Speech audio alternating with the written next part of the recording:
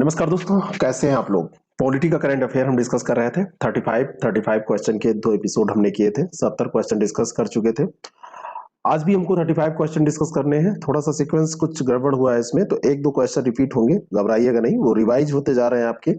जैसे पहला ही प्रश्न है, हाल ही में किसे अमेरिकी राष्ट्रपति जो बाइडेन की वरिष्ठ सलाहकार नियुक्त किया गया है। भारतीय मूल की है इसलिए इंपॉर्टेंट है, और इनका नाम है क्या।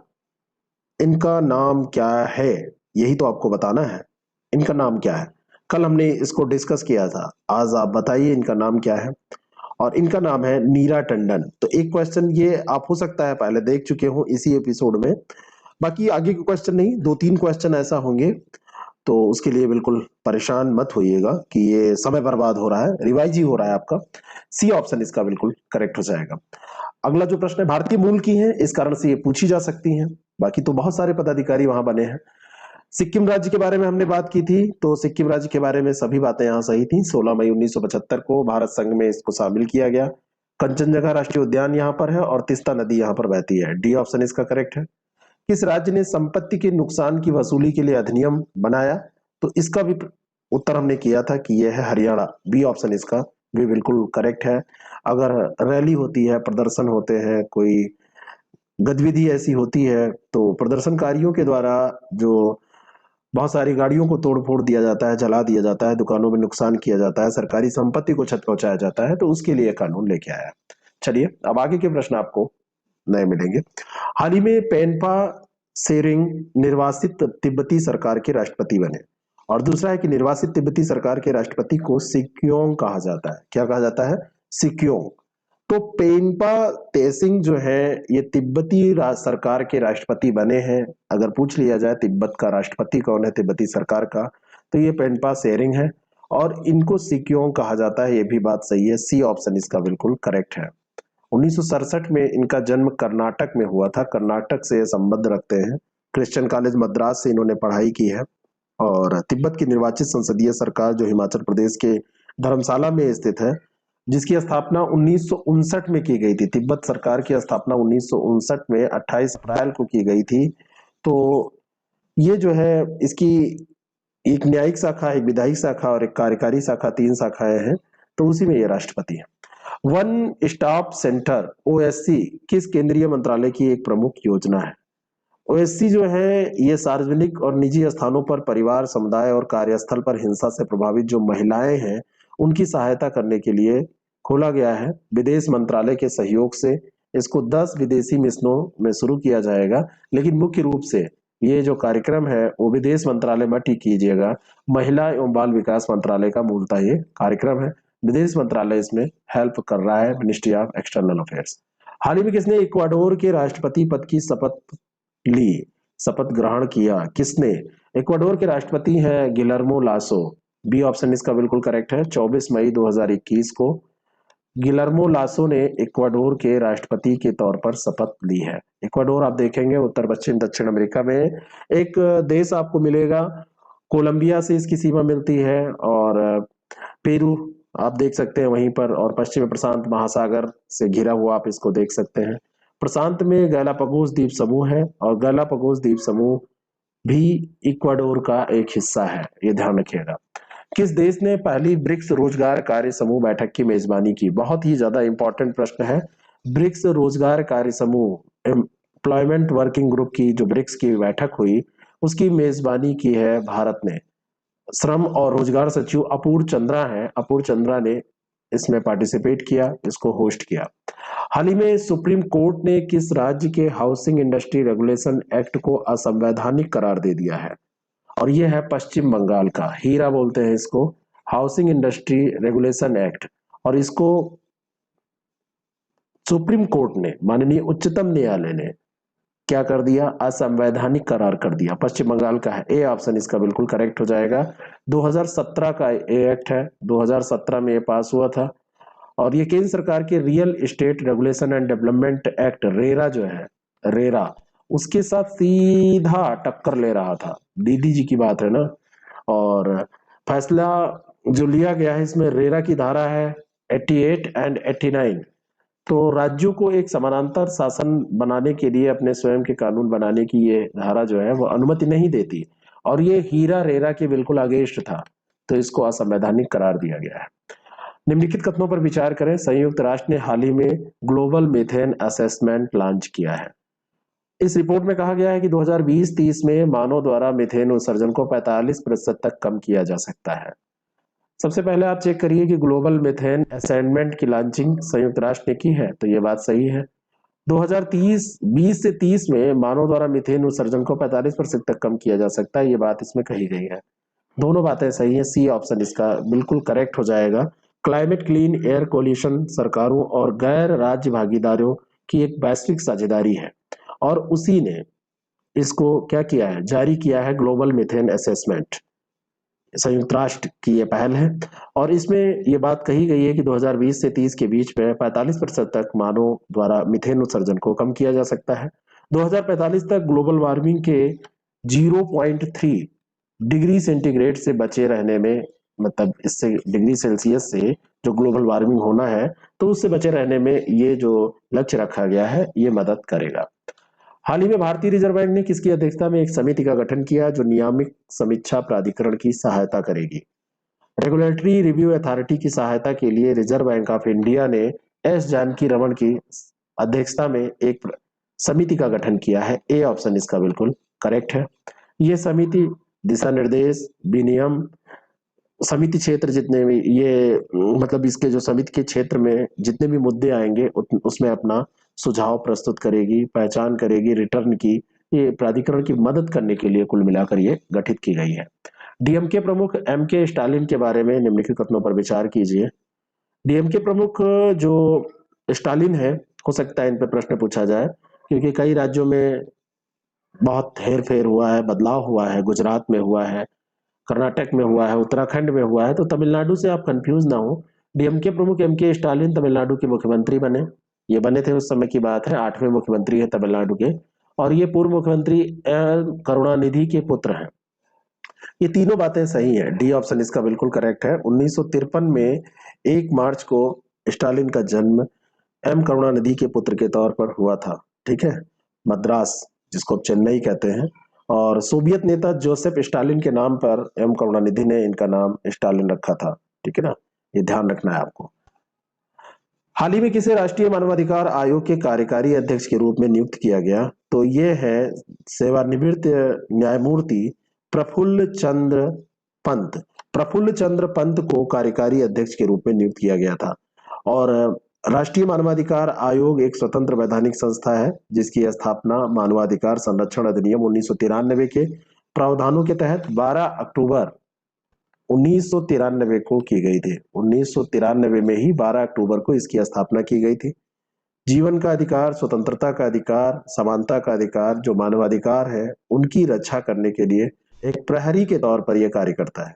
बहुसदस्यीय संस्था है जिसमें एक अध्यक्ष सहित 7 सदस्य होते हैं, 1+6, एक अध्यक्ष और 7 सदस्य इसमें होते हैं। और 7 सदस्यों में से कम 3 सदस्य जो होते हैं वो एक्स ऑफिसियो होते हैं, पदेन सदस्य होते हैं। अध्यक्ष और सदस्यों की नियुक्ति राष्ट्रपति द्वारा प्रधानमंत्री की अध्यक्षता वाली उच्च स्तरीय कमेटी की सिफारिशों के आधार पर की जाती है। ये बातें आपको ध्यान रखनी है, जीएस में ये पूछी जा सकती हैं। अब एक चीज यहाँ पर और अपडेट कीजिए, प्रफुल्ल चंद्र पंत, ये मैंने बताया कि कार्यकारी अध्यक्ष चुने गए थे, लेकिन यहीं पे मैं बता रहा हूँ कि कार्यकारी अध्यक्ष के बाद में अरुण कुमार मिश्रा, इनका नाम पहले भी मैं डिस्कस कर चुका हूँ व्यक्तित्व वाले एपिसोड में। अरुण कुमार मिश्रा को चेयरमैन फिर चुन लिया गया, और ये कुर्सी पर बैठे 2 जून को, 2 जून को ये चेयर पे बैठ गए, ठीक है, यानी कि चेयरमैन बन गए, इसलिए मैं बोल रहा हूँ। तो ये अरुण कुमार मिश्रा, जस्टिस अरुण कुमार मिश्रा है ना, सुप्रीम कोर्ट ऑफ इंडिया के जज रह चुके हैं। इनका नाम आप मत भूलना, ये कार्यकारी अध्यक्ष नियुक्त हुए थे तब की बात है, अरुण कुमार मिश्रा इस समय। हाल ही में सेबी के दिशा निर्देशों के अनुसार शीर्ष अधिकारियों के कितने प्रतिशत वेतन का भुगतान म्यूचुअल फंड इकाइयों में किया जाना चाहिए? बहुत इंपॉर्टेंट प्रश्न है। इसमें सेबी ने कहा था कि शीर्ष जो अधिकारी हैं उनका कम से कम 20% वेतन म्यूचुअल फंड के रूप में किया जाना चाहिए। भुगतान 20% म्यूचुअल फंड योजनाओं में कर दिया जाना चाहिए, उसमें लगा देना चाहिए। यूनिट होल्डरों के साथ परिसंपत्ति प्रबंधन कंपनियों के प्रमुख कर्मचारियों के हितों को संरेखित करने के लिए यह कदम इसने उठाया है। जो भी मतलब बड़े अधिकारी हैं उनकी बात इसमें की गई है, शीर्ष अधिकारियों की। हाल ही में किस भारतीय नेता ने US India strategic partnership forum द्वारा आयोजित ग्लोबल इन्वेस्टर मीट को संबोधित किया? तो ग्लोबल इन्वेस्टर मीट ये 24 जून को हुई थी। 24 जून 2021 को ये संबोधित किया था हमारी वित्त मंत्री निर्मला सीतारमन ने। सी ऑप्शन इसका बिल्कुल करेक्ट है। और निरंतर सुधार और भारत को व्यापार के लिए एक बेहतरीन स्थल के तौर पर इन्होंने प्रेजेंट किया था। भारत के राजकोषीय घाटे के बारे में अगर हम बात करें तो 2020-21 के लिए राजकोषीय घाटा सकल घरेलू उत्पाद का 9.3% था और ये संशोधित बजट अनुमानों में वित्त मंत्रालय द्वारा अनुमानित 9.5% जो लक्ष्य रखा गया था उससे कम था, जो अनुमान लगाया गया था उससे कम था। कौन सा देश अंतर्राष्ट्रीय सौर गठबंधन फ्रेमवर्क समझौते में संशोधन लागू होने के बाद इसकी पुष्टि करने वाला पहला देश बन गया? और ये देश है डेनमार्क। बी ऑप्शन इसका बिल्कुल करेक्ट है। 8 जनवरी 2021 को संशोधन जब लागू हुए थे तो उसके बाद डेनमार्क अंतर्राष्ट्रीय सौर गठबंधन फ्रेमवर्क समझौते की पुष्टि करने वाला पहला देश बना था। आईएसए में वैसे बात करें तो 121 देश है, 121 देशों का ये संगठन है। अधिकांश सदस्य देश जो है वो धूप वाले हैं, जो पूरी तरीके से आंशिक रूप से कर्क रेखा और मकर रेखा के बीच में है। जीवाश्म ईंधन पर निर्भरता को कम करने के लिए आईएसए की स्थापना की गई थी। पहला जो इसका प्रस्ताव था प्रधानमंत्री नरेंद्र मोदी ने रखा था नवंबर 2015 में। ध्यान रखना, नवंबर 2015 में इसका प्रस्ताव मोदी जी द्वारा रखा गया था। वेम्बली स्टेडियम में एक कार्यक्रम हो रहा था, वहीं पर इन्होंने ये प्रस्ताव रखा था और इन्होंने जो ये देश है इनको सूर्यपुत्र कहा था। हाल ही में किसकी अध्यक्षता में नीति आयोग में मोटापे की रोकथाम पर राष्ट्रीय सम्मेलन का आयोजित किया गया? नीति आयोग ने मोटापे की रोकथाम पर राष्ट्रीय सम्मेलन आयोजित किया डॉक्टर वी के पाल की अध्यक्षता में। बी ऑप्शन इसका बिल्कुल करेक्ट है। ओबेसिटी इन इंडिया, भारत में मोटापा, Indian council of Indian research and national institute of nutrition द्वारा एक सर्वेक्षण में ये बात आगे लाई गई थी, सामने लाई गई थी कि शहरी भारत में वयस्क ग्रामीण क्षेत्रों की तुलना में अधिक वसा का सेवन करते हैं। 3 चीजें, 3 चा से आप बचे रहिए। एक तो चावल, दूसरा चा है चीनी और तीसरा जो चा है वो है चाइनीज। इन 3 चा से बचे रहिए, आप स्वस्थ रहेंगे, मोटापा भी कम आपको घेरेगा। और फैट कम खाइए, बर्गर कम खाइए, पिज्जा कम खाइए, घर के खाने जो आपके ट्रेडिशनल हैं जो भी आपके हों उसको खाइए। मिर्च मसाला थोड़ा सा कम यूज करिए। तो भारत में भी मोटापा बढ़ रहा है, शहरी जीवन में ज्यादा ये समावेशित हो चुका है। व्हाट इंडिया ईट्स एक सर्वे हुआ था, तो इसमें भारत के शहरी केंद्रों में पाया गया कि प्रतिदिन 51.6 ग्राम फैट का सेवन करते हैं यहाँ पर। ग्रामीण क्षेत्रों में ये 36 ग्राम है। दक्षिण भारत में बहुत कम है, 22.9 ग्राम सेवन होता है वहां पर। तो तेल की खपत, तेल देखिए महंगा भी हो रहा है क्योंकि तेल की खपत भी बहुत ज्यादा बढ़ रही है। तो आपको इससे बच के वैसे भी रहना चाहिए, क्योंकि अगर आप स्वस्थ नहीं रहेंगे तो इन सब सिलेक्शंस और इन सब किसी को मतलब नहीं है। डायबिटिक हो गए, कोई और मोटापा आपको आ गया, ये सारी चीजें तो परेशान करती है। संयुक्त राष्ट्र महासभा में म्यांमार के खिलाफ शस्त्र प्रतिबंध लगाए जाने संबंधी प्रस्ताव पर किस देश ने प्रस्ताव के खिलाफ मतदान किया? यूएनजीए में म्यांमार के खिलाफ शस्त्र प्रतिबंध लगाया जाना था, तो उस पर जो प्रस्ताव आया तो देश के प्रस्ताव के खिलाफ मतदान किसने किया? तो ये बेलारूस ने किया था। ए ऑप्शन इसका बिल्कुल करेक्ट है। भारत ने संयुक्त राष्ट्र महासभा में म्यांमार के खिलाफ शस्त्र प्रतिबंध लगाए जाने संबंधी प्रस्ताव पर होने वाले मतदान में पार्टिसिपेट ही नहीं किया था, भारत इससे बाहर रहा था। पक्ष में 119 देशों ने मतदान किया। म्यांमार के पड़ोसी देश भारत, बांग्लादेश, भूटान, चीन, नेपाल, थाईलैंड और लाओस और ऐसे ही और देश हैं, टोटल 36 देश है। इन कंट्रीज ने इसमें पार्टिसिपेट ही नहीं किया, कहा कि हम भाग ही नहीं लेंगे। महासभा द्वारा पारित किए जाने से पहले मसौदा प्रस्ताव में भारत ने कहा कि हमारे विचार प्रतिबिंबित होते प्रतीत नहीं हो रहे हैं, इसलिए हमने ऐसा नहीं किया। हाल ही में किस भारतीय राज्य ने मुख्यमंत्री के लिए आर्थिक सलाहकार परिषद का गठन करने का निर्णय लिया? और ये राज्य है तमिलनाडु। बी ऑप्शन इसका बिल्कुल करेक्ट है। मुख्यमंत्री के लिए आर्थिक सलाहकार परिषद, जैसे प्रधानमंत्री के लिए होती है ना, ऐसे ही ये कह रहे हैं कि सीएम के लिए भी होगी। अमेरिका में मैसाचुसेट्स इंस्टीट्यूट ऑफ टेक्नोलॉजी, जिसको एमआईटी बोलते हैं, एस्थर डफलो का नाम आपने सुना है, नोबेल पुरस्कार विजेता है, उनको, रघुराम राजन उनको, साथ में डॉक्टर अरविंद सुब्रमण्यम, अर्थशास्त्री Jean Dreze, doctor S Narayan, इन सबको इसमें शामिल किया गया है। बहुत बड़े बड़े महान लोग हैं ये। केंद्र सरकार ने किस दक्षिणी राज्य में तटीय क्षेत्र प्रबंधन प्राधिकरण स्थापित करने के लिए एक अधिसूचना जारी की है? कोस्टल जोन मैनेजमेंट अथॉरिटी, इसके लिए। तो ये कर्नाटक ने की है, बहुत इंपॉर्टेंट है। केंद्र सरकार ने किया है, मतलब कर्नाटक में किया है। किस दक्षिणी भारतीय राज्य में? किसने? केंद्र सरकार ने किया है, कर्नाटक गवर्नमेंट ने नहीं किया है। कहाँ किया है? कर्नाटक में किया है। तटीय क्षेत्र प्रबंधन प्राधिकरण की स्थापना यहाँ पर की जाएगी। पर्यावरण अधिनियम 1986 के प्रावधानों के तहत यह सूचना जारी की गई है। 15 सदस्यीय निकाय जो होगा वो तटीय पर्यावरण की गुणवत्ता की रक्षा और यहाँ पर उसमें जो भी इंप्रूवमेंट की जरूरत है, सुधार करने की जो जरूरत है वो करेगा। निम्नलिखित कथनों पर विचार करें। हाल ही में केंद्रीय मंत्रिमंडल ने आयुध निर्माण बोर्ड के निगमीकरण की योजना को मंजूरी दी है। पहला स्टेटमेंट बिल्कुल सही है। आयुध निर्माण बोर्ड के निगमीकरण की योजना, इसको मंजूर किया। आयुध निर्माण बोर्ड वर्तमान में रक्षा मंत्रालय का एक अधीनस्थ कार्यालय है। किसमें? रक्षा मंत्रालय में आता है, ये कहा जा रहा है। ये भी बात सही है, सी ऑप्शन इसका करेक्ट हो जाएगा। भारत का अगर पहला आयुध कारखाना आपसे पूछा जाए तो बहुत पहले लगा था, 1712 ईस्वी में लगा था। और ये कहाँ लगा था? ये पश्चिम बंगाल में डच कंपनी द्वारा लगाया गया था। गन पाउडर फैक्ट्री पश्चिम बंगाल में, ठीक है ना। कहाँ पे? वेस्ट बंगाल में शुरुआत वहीं से हुई थी। तो ये पहला कारखाना था। अब ये सब परिवर्तन समय के हिसाब से हो रहे हैं। राष्ट्रीय समुद्री विरासत परिषद, नेशनल मैरीटाइम हेरिटेज कॉम्प्लेक्स किस राज्य में विकसित किया जाएगा? Most important question. और ये गुजरात में विकसित किया जाएगा। एक चीज आपने देखी है, बहुत इंपॉर्टेंट जो महत्वपूर्ण संस्थान है वो गुजरात में कई बन गए हैं, ठीक है ना। अब व्यापारिक तौर पर गुजरात खैर जाना भी जाता है, लेकिन अब सोचिए। संयुक्त राष्ट्र सुरक्षा परिषद में 2022-23 के कार्यकाल के लिए गैर अस्थायी सदस्य के रूप में चुने गए हैं। कौन कौन से देश हैं 22-23 में कार्यकाल के लिए? इसमें अल्बानिया है, ब्राजील है, गैबन है, घाना है और यूएई है, संयुक्त अरब अमीरात है। अल्बानिया, ब्राजील, गैबन, घाना और यूएई। सी ऑप्शन इसका बिल्कुल करेक्ट हो जाएगा। 1 जनवरी 2022 से 2 साल के कार्यावधि के लिए ये चुने गए हैं। 2021 के जो चुनाव हुए हैं अभी इसमें, तो क्षेत्रीय वितरण के अनुसार अफ्रीका और एशियाई देशों से 3 सीटें उपलब्ध थी। गैबन, घाना और संयुक्त अरब अमीरात ने ये 3 सीटें हासिल की हैं। बाकी लैटिन अमेरिकी और कैरिबियाई समूह की एक एक सीट थी, तो उसमें ब्राजील को चुना गया और एक सीट थी इसमें। और अल्बानिया से ने जो पूर्वी यूरोपीय समूह की सीट थी उससे जीत दर्ज की है। बाकी इसमें Estonia, Niger, Saint Vincent, Grenadines, Tunisia और वियतनाम ये अपना कार्यकाल पूरा कर चुके हैं 2 साल का, ये बाहर हो रहे हैं।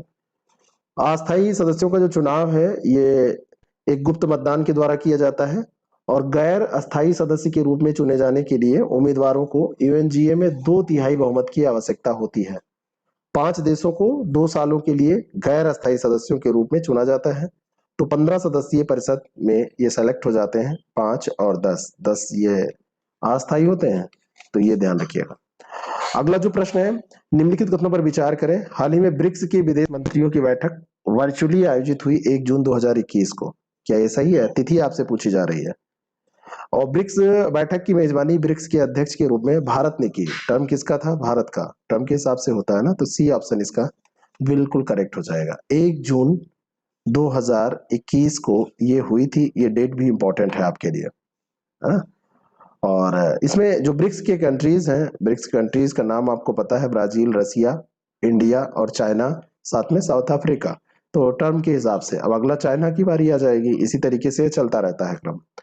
निम्नलिखित कथनों पर विचार कीजिए। बिजनेस कॉन्फिडेंस सर्वे का प्रकाशन भारतीय रिजर्व बैंक के द्वारा किया जाता है। और दूसरा है कि फिक्की की स्थापना 1923 में की गई थी। इस क्वेश्चन में आपको इशारा किया गया है कि सोच लीजिए कि ये बिजनेस कॉन्फिडेंस सर्वे का प्रकाशन आरबीआई करता है, ये सही है, या फिर फिक्की तो नहीं करता? तो फिक्की करता है, पहला गलत है। और फिक्की की जो स्थापना है ये 1923 में नहीं हुई थी, ये 1927 में हुई थी। तो दोनों गलत हो जाएंगे, डी ऑप्शन इसका करेक्ट हो जाएगा। दोनों गलत है यहाँ पर। अर्थव्यवस्था को कोविड के झटके से उबरने के लिए मांग का समर्थन बताया था इस रिपोर्ट में कि बहुत जरूरी है। मांग जब तक नहीं होगी, मांग का समर्थन का मतलब यहाँ लैंग्वेज ऐसी है, लेकिन मांग के समर्थन का मतलब है जब तक डिमांड नहीं होगी तब तक ये झटके से बाहर नहीं निकलेगी। फिक्की की बात करें, भारतीय वाणिज्य एवं उद्योग महासंघ, FICCI, federation of Indian chambers of commerce and industry, तो व्यापारिक संगठनों का संघ है। 1927 में महात्मा गांधी जी की सलाह पर घनश्याम दास बिरला और पुरुषोत्तम ठक्कर, घनश्याम दास बिरला और पुरुषोत्तम ठक्कर, इन दोनों ने मिलकर इसको किया था स्थापित। नई दिल्ली में इसका मुख्यालय है। कौन सा मंत्रालय भारत में कंपनी अधिनियम 2013 को लागू कर रहा है? कंपनी अधिनियम है, किसमें जाएगा? वित्त मंत्रालय, कारपोरेट या ग्रामीण विकास? तो ग्रामीण विकास तो हटा ही दीजिए, वित्त तो कारपोरेट में कंफ्यूजन है, चले जाइए आप कारपोरेट मंत्रालय के अंतर्गत। बी ऑप्शन इसका बिल्कुल करेक्ट है। केंद्र सरकार ने कंपनी अधिनियम 2013 के तहत कंपनियों के निगमन से संबंधित कुछ संशोधन किए, तो इसी विभाग के इसी मंत्रालय के अंतर्गत ये आएंगे। निम्नलिखित में से किस भारतीय को 2021 से 2025 की अवधि के लिए संयुक्त राष्ट्र कर समिति में सदस्य के रूप में नियुक्त किया गया है? बहुत इंपॉर्टेंट है, बहुत ज्यादा। इनका एक तो ये कार्यकाल अवधि याद रखिएगा, 2021 से 25 के बीच में संयुक्त राष्ट्र कर समिति, यूएन टैक्स कमेटी, कर मामलों में जो अंतर्राष्ट्रीय सहयोग की बात करती है। तो विशेषज्ञों की नियुक्ति यहाँ पर होती है, उसमें रश्मि रंजन दास को चुना गया है। बी ऑप्शन इसका सही है। कावेरी नदी पर प्रस्तावित मेकेदातु बांध परियोजना को लेकर किन भारतीय राज्यों के बीच मतभेद चल रहा है? Most important question. मेकेदातु बांध परियोजना किन राज्यों के बीच में? कर्नाटक और तमिलनाडु। बी ऑप्शन करेक्ट है। केंद्र सरकार ने अभी आश्वासन दिया था कि कर्नाटक द्वारा प्रस्तुत की गई जो डिटेल प्रोजेक्ट रिपोर्ट है, डीपीआर है, इस पर कावेरी जल प्रबंधन प्राधिकरण द्वारा मंजूरी नहीं दिए जाने तक कर्नाटक को कावेरी नदी पर स्थित मेकेदातु बांध परियोजना पर कोई निर्माण करने की अनुमति नहीं दी जाएगी। ये बकरी की छलांग इसका मतलब होता है। मेकेदातु का मतलब है मेकेदातु, मेकेदातु का मतलब है गोट्स लीप, बकरी की छलांग। एक गहरा खड्ड है ये, जो कावेरी और उसकी सहायक एक नदी है अक्रावती, तो ये इसी के बीच में है। अर्कावती, अर्का है ना, जैसे कर्मा लिखते हैं ना, तो अर्का, अकरा नहीं, अर्कावती। और ये जो योजना थी, इसका उद्देश्य था बेंगलुरु शहर के लिए वाटर मैनेजमेंट करना और वहां पे जलापूर्ति करना, बिजली उत्पन्न करना भी इसके लिए एक लक्ष्य निर्धारित किया गया था। तमिलनाडु ने आपत्ति ये जताई थी कि ये जो परियोजना है ये कावेरी नदी के जल का प्रवाह प्रभावित करेगी, तो जाहिर सी बात है कि उसको भी इसमें हेतु उसके होने चाहिए। ऐसी ही तो आपत्तियां होती हैं। केंद्रीय सूची में ओबीसी के भीतर उप वर्गीकरण के मुद्दे की जांच के लिए कौन सी जो आयोग गठित किया गया, जो समिति गठित बनाई गई है, उस प्रमुख उसके कौन है, ये पूछा जा रहा है। तो ये है जी रोहड़ी। बी ऑप्शन इसका करेक्ट है, इंपॉर्टेंट क्वेश्चन है। घरेलू हिंसा रोकथाम और संरक्षण विधेयक 2021 जो हाल ही में चर्चा में रहा, किस देश से संबंधित है? ये पाकिस्तान से संबंधित है, पाकिस्तान में ये लाया गया है। 2021 का ये अधिनियम पाकिस्तान से संबंधित है। महिलाएं, बच्चे, बुजुर्ग जो और आप कह सकते हैं कमजोर वर्ग जो है, वो औरतों के साथ में कमजोर वर्ग को भी इसमें शामिल किया गया है। स्टेन स्वामी जिनका हाल ही में निधन हो गया, किस अधिनियम के तहत इन पर मामला दर्ज किया गया था? स्टेन स्वामी जो थे, ये मूल रूप से 1967 में एक अधिनियम लाया गया था, गैर कानूनी गतिविधि रोकथाम अधिनियम। तो भारत में प्राथमिक आतंकवादी विरोधी कानून इसको माना जाता है। तो उसी के तहत कानून 6 में, मतलब इसमें जो है संशोधन बाद में हुए, इस कारण से चर्चा में रहा था। लेकिन स्टेन स्वामी को भीमा कोरेगांव हिंसा जो हुई थी उसके संबंध में माओवादियों के साथ उनके जो रिलेशन थे उससे रिलेट करके इनको गिरफ्तार किया गया था। तो ये गैर कानूनी गतिविधि रोकथाम अधिनियम था। सी ऑप्शन इसका बिल्कुल करेक्ट है। 1967 में मूल रूप से ये लाया गया था। हाल ही में किस देश ने सहकारिता मंत्रालय बनाए जाने की घोषणा की है? तो सहकारिता मंत्रालय भारत ने बनाया है। बी ऑप्शन इसका बिल्कुल करेक्ट है। 6 जुलाई 2021 को जब फेरबदल हुआ था, जब टेनी जी भी मंत्रिमंडल में शामिल हुए थे, मोनू के पापा, तो सहकारिता मंत्रालय, मिनिस्ट्री ऑफ कोऑपरेशन बनाने की इसमें घोषणा की गई थी। जो मिनिस्ट्री ऑफ कोऑपरेशन होगा, ये सहकारी आंदोलन को मजबूत करने के लिए एक प्रशासनिक ढांचा डेवलप करेगा, कानूनी चीजें जो जरूरत है उनको इसके मुताबिक एकत्रित करके, और जो कानूनी फेरबदल है उनको जो भी होगा उसको करेगा, नीतिगत ढांचा एक बनाने का प्रयास करेगा, है ना। और इस तरीके से 40 के बाद में 40 मंत्रालय पहले हुआ करते थे, एक ये बढ़ के 41 मंत्रालय इसमें टोटल हो गए केंद्र सरकार के पास। और अलग से केंद्रीय बजट में भी भाषण, जब केंद्रीय बजट का भाषण हो रहा था तो वित्त मंत्री निर्मला सीतारमन जी ने कहा था कि सहकार भारती की ओर से एक राष्ट्रीय स्तर पर सहकारी क्षेत्र के लिए अलग मंत्रालय का गठन किया जाएगा। भारतीय संविधान के किस संविधान संशोधन अधिनियम द्वारा सहकारी समिति बनाने का मूल अधिकार अंततः स्थापित किया गया था? ये भी इसी से रिलेटेड है। तो ये 57वां संविधान संशोधन अधिनियम था 2001 का। और अनुच्छेद 19 गा में भारत के सभी नागरिकों को संगम या संघ के साथ साथ सहकारी समिति बनाने का मूल अधिकार अंततः स्थापित है ना, तो उसी में ये ऐड किया गया था। और भारतीय संविधान का 57वां संविधान संशोधन अधिनियम था ये। और अनुच्छेद 43 खा में राज्य सहकारी समिति के ऐच्छिक गठन, स्वायत्त कार्रवाई, लोकतांत्रिक नियंत्रण और व्यवसायिक प्रबंधन में वृद्धि करने हेतु राज्य सरकार के लिए नीति निर्देशक तत्व निर्धारित कर सकता है, मतलब निर्धारित करने का प्रावधान किया गया है। तो ये 43 खा को भी इसके लिए याद रखिएगा, क्योंकि आजकल पॉलिटी में प्रश्न अनुच्छेद से पूछे जाते हैं, तो ये काम आएगा।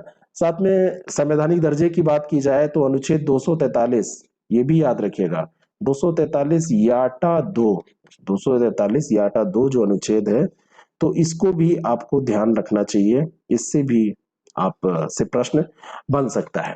हाल ही में भारत ने किस देश के साथ कार्मिक प्रशासन एवं शासन में सुधारों के नवीनीकरण को लेकर समझौता ज्ञापन पर मेमोरेंडम ऑफ अंडरस्टैंडिंग पर हस्ताक्षर किए हैं? इस प्रश्न का उत्तर देने का प्रयास कीजिए, कौन सा है? तो ये गाम्बिया गणराज्य है, बी ऑप्शन इसका बिल्कुल करेक्ट है। प्रधानमंत्री की अध्यक्षता में केंद्रीय मंत्रिमंडल ने प्रशासनिक सुधार और लोक शिकायत विभाग और गाम्बिया गणराज्य के लोक सेवा आयोग के बीच में कार्मिक प्रशासन और शासन में सुधारों के नवीनीकरण को लेकर एक मेमोरेंडम ऑफ अंडरस्टैंडिंग साइन किया। और ये दोनों देशों के बीच में जो हुआ है, ये एक कार्मिक प्रशासन को समझने में मददगार समझौता होगा। अगला जो प्रश्न है, हाल ही में किस मंत्रालय द्वारा फसल बीमा जागरूकता अभियान शुरू किया गया है? कौन सा ये मंत्रालय है? तो ये मंत्रालय है कृषि मंत्रालय। फसल बीमा जागरूकता अभियान कौन? कृषि मंत्रालय ही तो करेगा। बी ऑप्शन इसका बिल्कुल करेक्ट है। जहाजरानी मंत्रालय ने किस राज्य में एक नए समुद्री अध्ययन पर कौशल संस्थान की घोषणा की? जहाजरानी मंत्रालय कौशल संस्थान की स्थापना कर रहा है समुद्री अध्ययन पर। और यह स्थापना जो हुई है, ये आप गैस ऐसे नहीं कर पाएंगे। आप कर्नाटक, तमिलनाडु, केरल में मत जाइए, असम में पहुंच जाइए। ए ऑप्शन इसका बिल्कुल करेक्ट है।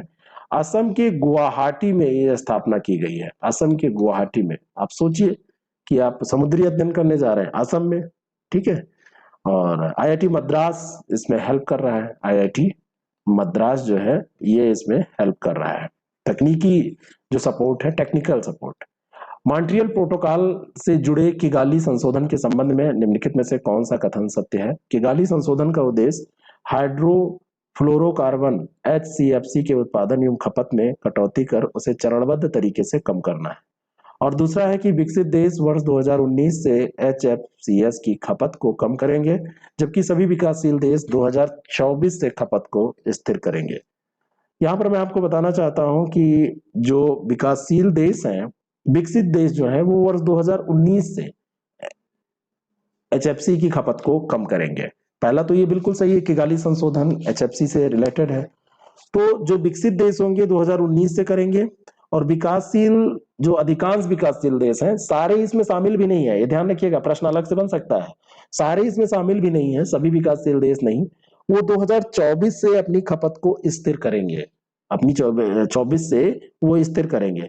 और भारत सहित कुछ विकासशील देश जो हैं वो 2028 में अपनी खपत को स्थिर करेंगे, सारे 24 में नहीं करेंगे। तो यहाँ पर उल्टा लिखा है विकासशील और विकसित का।